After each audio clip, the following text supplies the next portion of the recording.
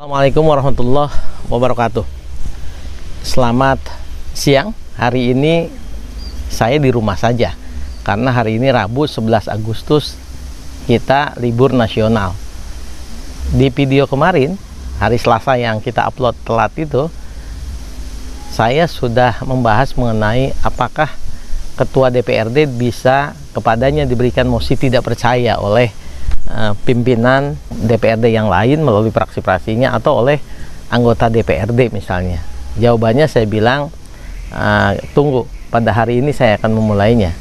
Sahabat pembelajar, sebagaimana umumnya cendekia, akademisi begitu, maka metode pendekatan yang saya gunakan, penalaran yang kita gunakan tentu saja menggunakan silogisme, dan silogisme yang kita gunakan deduktif.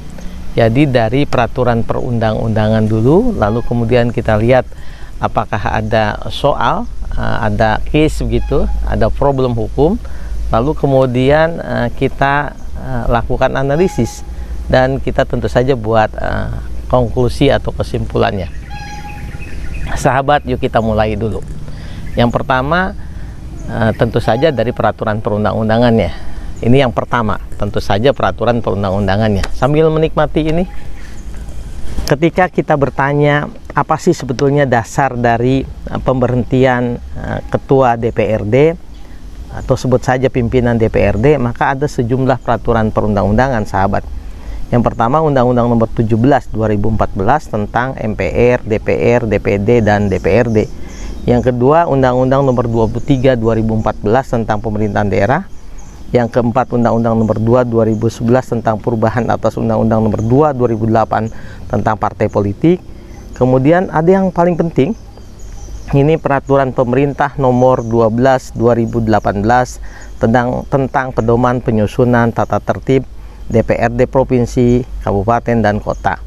Kemudian tentu saja di setiap daerah DPRD bisa menyusun peraturan DPRD tentang tata tertib, peraturan DPRD tentang penegakan kode etik, peraturan DPRD tentang hukum acara, bagaimana proses penegakan kode etik itu.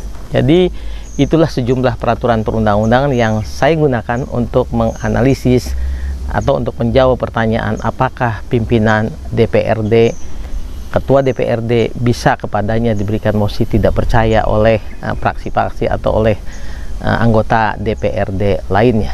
Sahabat, lalu kita sampai ke kedua untuk menjawab pertanyaan itu. Setelah kita membaca berbagai peraturan perundang-undangan, ternyata saya menemukan, boleh juga sambil simak lagi, beberapa konsep yang harus dipahami dulu. Yang pertama, konsepsi bahwa pimpinan DPRD merupakan satu kesatuan pimpinan yang bersifat kolektif dan kolegial. Itu kemarin saya sudah sampaikan, itu ada di pasal 35 peraturan pemerintah 2018, tepatnya PP 12 2018. Kemudian yang kedua, bahwa pimpinan DPRD itu bisa diberhentikan sebagai pimpinan dalam hal pertama, dia terbukti melanggar sumpah atau janji jabatan dan kode etik berdasarkan keputusan Badan Kehormatan. Kemarin juga sudah saya singgung. Dan yang kedua, partai politik yang bersangkutan mengusulkan pemberhentian pimpinan DPRD itu sesuai dengan peraturan perundang-undangan. Sahabat, sebetulnya secara konsepsi atau secara teori ada dua pemberhentian atau berhentinya pimpinan DPRD. Yang pertama, ia berhenti di masa jabatannya berakhir. Jadi kalau masa jabatannya berakhir, berhenti. Dan itu saya pikir tidak perlu didiskusikan ya, kecuali nanti ada kasus khusus ketika ada peralihan. Harusnya masa jabatannya 5 tahun, tetapi kemudian karena undang-undang mengharuskan pemilu yang agak bergeser ke depan, akhirnya cuma 4,5 tahun misalnya. Lalu bagaimana setengah tahunnya, itu pembahasan yang lain. Tapi secara inti, pemberhentian pimpinan DPRD setelah berakhir masa jabatan itu tidak jadi masalah. Itu biasa saja di berbagai tempat dan di seluruh periodisasi jabatan begitu. Yang kedua, ini yang kadang-kadang ada problem, adalah pemberhentian atau berhentinya pimpinan DPRD sebelum masa jabatannya berakhir. Nah, peraturan pemerintah nomor 12 2018 itu mengatur di salah satu pasalnya, itu paling tidak ada 4 alasan pimpinan DPRD berhenti sebelum masa jabatannya habis. Yang pertama karena meninggal dunia, kemudian yang kedua karena mengundurkan diri, kemudian yang ketiga karena sebagai anggota DPRD dia diberhentikan. Jadi kalau sebagai anggota DPRD diberhentikan, misalnya melanggar sumpah jabatan, korupsi, diberhentikan oleh sebagai anggota partai, nah itu ya berhenti sebagai anggota. Ketika dia berhenti menjadi anggota DPRD, maka tentu otomatis sebagai pimpinan juga tidak mungkin dong. Nah kemudian yang keempat, alasan yang keempat, dia diberhentikan dalam posisinya sebagai pimpinan DPRD.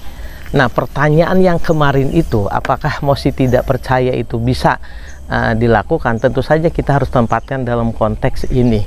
Jadi ada mosi tidak percaya dari fraksi-fraksi kepada pimpinan DPRD, baik ketua atau para wakil misalnya begitu ya. Nah mekanisme inilah yang akan kita diskusikan. Yang tadi sebutkan ada dua, kalau pimpinan DPRD di masa jabatannya itu diusulkan berhenti, siapa saja? Yang pertama alasannya itu karena dia melanggar kode etik dan prosesnya oleh Badan Kehormatan. Yang kedua, kalau pimpinan partai politik atau partai politiknya memberhentikan dia sebagai pimpinan DPRD. Saya pikir dua hal itu sebetulnya fokusnya. Nah masing-masing kita akan coba bahas sambil tentu saja terus menikmati suasana di Geraha Kasai Asri ini. Sahabat pembelajar, jadi sebetulnya ada dua mekanisme pemberhentian pimpinan DPRD. Yang pertama berdasarkan usul partai politik sesuai dengan peraturan perundang-undangan. Yang kedua melalui Badan Kehormatan DPRD jika ada pelanggaran terhadap kode etik dan tentu harus ditegakkan. Nah untuk yang kedua kita akan coba bahas dulu melalui mekanisme Badan Kehormatan. Ada beberapa tahap, paling tidak ada 6 tahap. Yang pertama ada pengaduan dari pimpinan DPRD. Tadi saya sudah bahas, sudah saya katakan bahwa pimpinan DPRD itu kolektif kolegial. Ada seorang ketua dan beberapa wakil ketua. Jika misalnya salah seorang dari mereka, boleh ketuanya, boleh wakil ketua yang melanggar, maka salah seorang atau beberapa orang dari unsur pimpinan itulah yang kemudian membuat pengaduan. Boleh juga dari masyarakat pengaduan itu dan atau pemilih, boleh juga kemudian kalau keinginan itu dari praksi-praksi tentu saja. Nah untuk pengaduan ini disampaikan kepada Badan Kehormatan. Badan Kehormatan lalu melakukan penyelidikan dan verifikasi, hasilnya dituangkan dalam putusan Badan Kehormatan. Kemudian tahap yang kedua, putusan itu oleh BK, oleh Badan Kehormatan itu dilaporkan kepada rapat paripurna DPRD. Yang ketiga, dalam waktu 7 hari pimpinan DPRD menyampaikan putusan BK itu kepada pimpinan partai politik yang wakilnya menjabat. Jadi jika ini mekanismenya karena pelanggaran kode etik, maka pimpinan partai politik itu diberikan hasil dari verifikasi penyelidikan oleh BK yang kemudian sudah rapat paripurna oleh DPRD. Sahabat, lalu kemudian dalam waktu 30 hari sejak diterimanya keputusan BK, pimpinan partai politik sudah harus menyampaikan kembali usul dan keputusan pemerintahan tersebut kepada pimpinan DPRD. Namun, jika partai politik tidak menyampaikan kembali keputusan dan usulan pemerintahan unsur pimpinan yang ada DPRD, maka DPRD dapat langsung meneruskan keputusan Badan Kehormatan itu kepada gubernur melalui bupati wali kotanya. Nah, yang berikutnya usul pemberhentian yang telah disampaikan telah sampai kemudian kepada bupati atau wali kota dalam waktu 7 hari harus sudah diteruskan kepada gubernur. Nah, jika dalam 7 hari bupati atau wali kota tidak menyampaikan usulan pemberhentian anggota DPRD, pimpinan DPRD langsung menyampaikan usul tersebut kepada gubernur, dan dalam waktu 14 hari gubernur harus sudah meresmikan pemberhentian DPRD. Sahabat pembelajar, ada ketentuan pasal 37 di peraturan pemerintah 12/2018 itu. Peraturan pemerintah ini tentang pedoman penyusunan tata tertib DPRD. Di pasal 37, pimpinan DPRD lainnya melaporkan usul pemberhentian pimpinan DPRD dalam rapat paripurna. Nah, ini mekanismenya tadi sudah dibahas. Kemudian bagaimana putusannya? Itu diatur di pasal 37. Jika yang diusulkan itu adalah pimpinan DPRD provinsi, maka pimpinan DPRD yang lainnya menyampaikan keputusan DPRD tentang pemberhentian pimpinan DPRD kepada Mendagri melalui gubernur sebagai wakil pemerintah pusat. Nah, bagaimana kemudian jika usul pemberhentian ini adalah pimpinan DPRD kabupaten kota?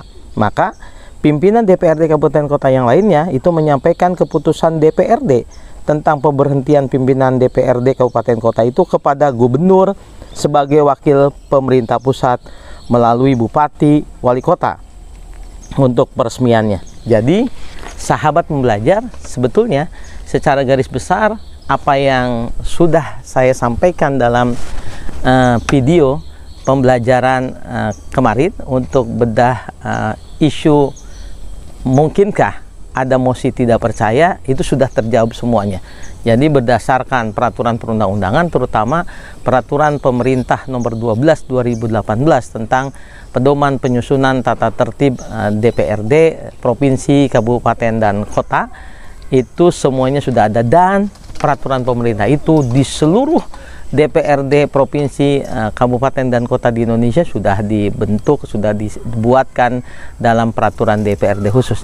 Yang menjadi masalah sekarang adalah di 1-2 kabupaten kota itu belum diadakan peraturan daerah yang khusus mengatur tentang badan kehormatan, mekanisme kerja badan kehormatan, dan juga belum ada juga 1-2 yang masih kosong tentang peraturan DPRD mengenai hukum acara badan kehormatan. Saya pikir ini dulu untuk sementara, kita sampai bertemu di video berikutnya untuk mendalami kasus ini. Terima kasih. Assalamualaikum warahmatullahi wabarakatuh.